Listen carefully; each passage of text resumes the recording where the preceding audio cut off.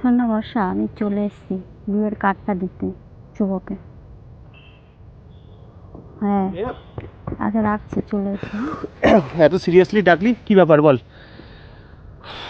হাঁপিয়ে গেছি পুরো একদম। কি রে, এত সিরিয়াসলি ডাকলি কি ব্যাপার? কি চুপ করে আছিস কেন?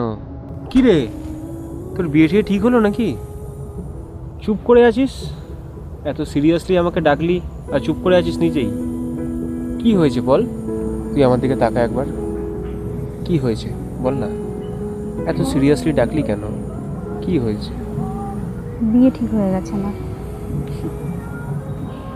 সেই ইয়ার্কি মারছিস? আমার ইয়ার্কি মারার মুড নেই রে ইয়ার। আমি ওই আর কি মারছি না, সিরিয়াসলি বলছি তোকে।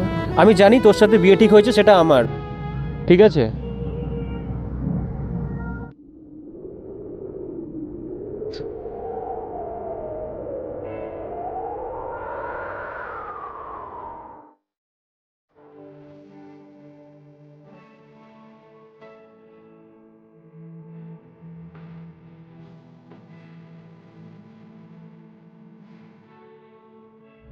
কি করব, বাড়ি থেকে একটা সরকারি চাকরিওয়ালা ছেলে পছন্দ করলো বাবা মা, তাদের মুখের উপর তো না করতে পারি না।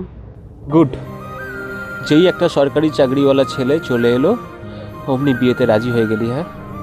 আর আমার সাথে কাটানো মুহূর্তগুলো নিমিষেই ভুলে গেলি।